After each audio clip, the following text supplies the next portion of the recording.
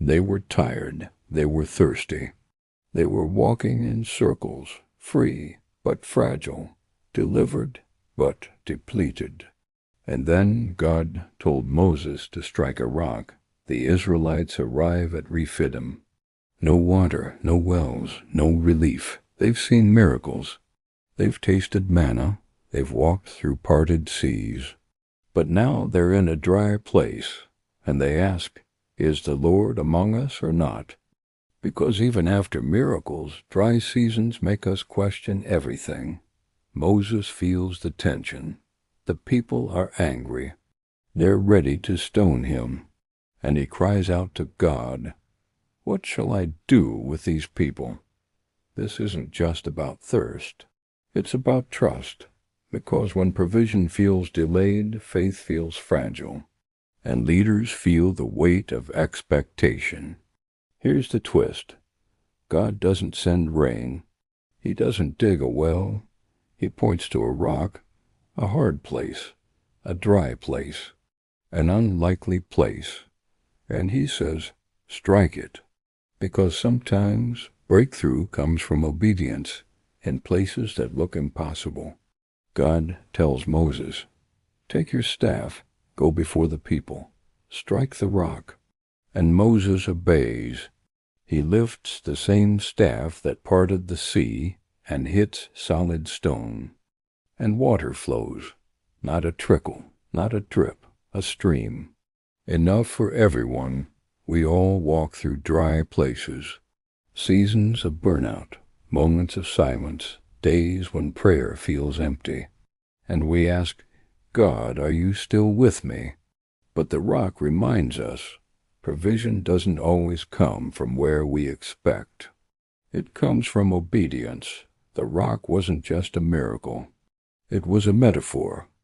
Paul writes in 1 Corinthians 10-4, "They drank from the spiritual rock, and that rock was Christ, because Jesus is the source in every dry place. He was struck, he was pierced, and from him flows living water." Moses didn't argue.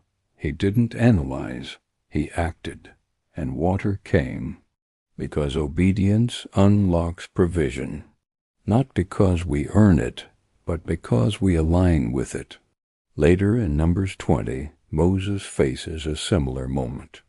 But this time, God says, "Speak to the rock," and Moses strikes it again. Water still flows, but Moses loses the promised land, because obedience isn't just about action. It's about precision.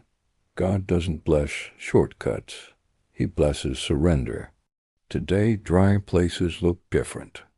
It's the job that drains you, the relationship that feels stuck, the spiritual walk that feels silent. And we wonder, will God show up here? But the rock reminds us, even in hard places, God can bring life. God didn't shame them. He didn't punish their grumbling. He gave water.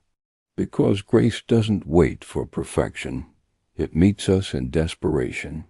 And provision doesn't always come after praise. Sometimes it comes in the middle of complaint. Water from the rock wasn't just a one-time miracle. It was part of a rhythm. God was teaching them, "I am your source." Not Egypt, not Moses, me. And that's the lesson we still need. Provision isn't a paycheck, it's a person.